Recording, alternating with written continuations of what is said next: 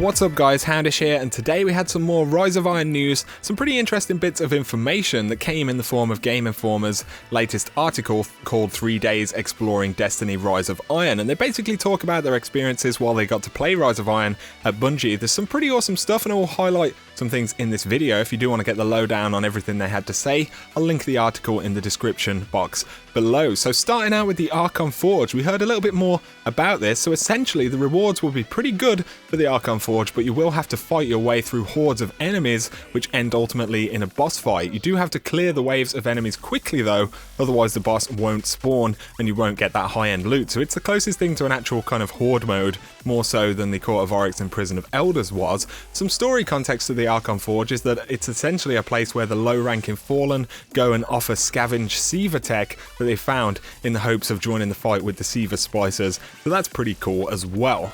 We learned some more about Radiant Treasures as well, so they'll be earned in a similar way to Sterling Treasures right now. They can also be obtained through Eververse, and amongst other things can contain visual customizations for exotic weapons, and we're not sure if this will be available for all exotics, but they did note seeing Zalo Supercell, Invective, Telesto, Mida Multitool, and of course the new Kvostov with these skins on, which is pretty awesome. Also, new emotes will become available from Eververse, and we'll also see some more cosmetic based artifacts which can apparently add lens tints to your in-game view, so you can have things like sepia or blue tints on your screen, which is pretty awesome for people capturing cinematics or montage gameplay, which is pretty cool.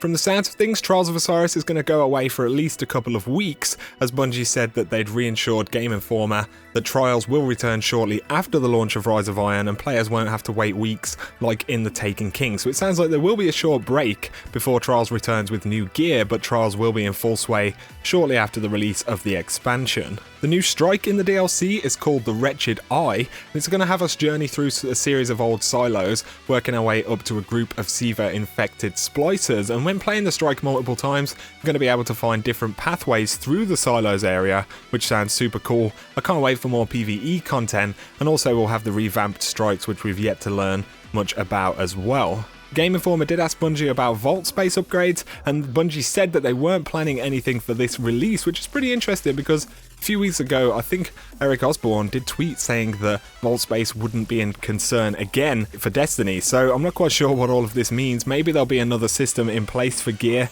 we'll just have to wait and see. They spoke very briefly about Supremacy. It's been confirmed that each player will drop a crest when they die, and the only way to score points is to pick those crests up, so it won't be just by kills or anything else, it's simply going to be that objective. The crests themselves will be very important to the game mode. And there was also some stuff about the Galakorn quest featuring PvP maps like we saw in the Taken King, and we'll be collecting relics of armor from these battlegrounds in order to forge the weapon, which is pretty epic. And also the Rise of Iron record book will reward a piece of armor for each step that you complete in the book, and you'll be able to get one piece per character from what I understand. So of course completion of the book will be of some use at least, which is pretty epic. So that's a breakdown of the major kind of highlights and points that they did make in this article. There's a lot of very interesting stuff. Like I said, it will be linked in the description box below. But if you guys have enjoyed the video, a like and comment down below is always appreciated. If you guys are new to the channel, feel free to hit subscribe for a lot more Destiny content. But for now, you guys have an awesome day.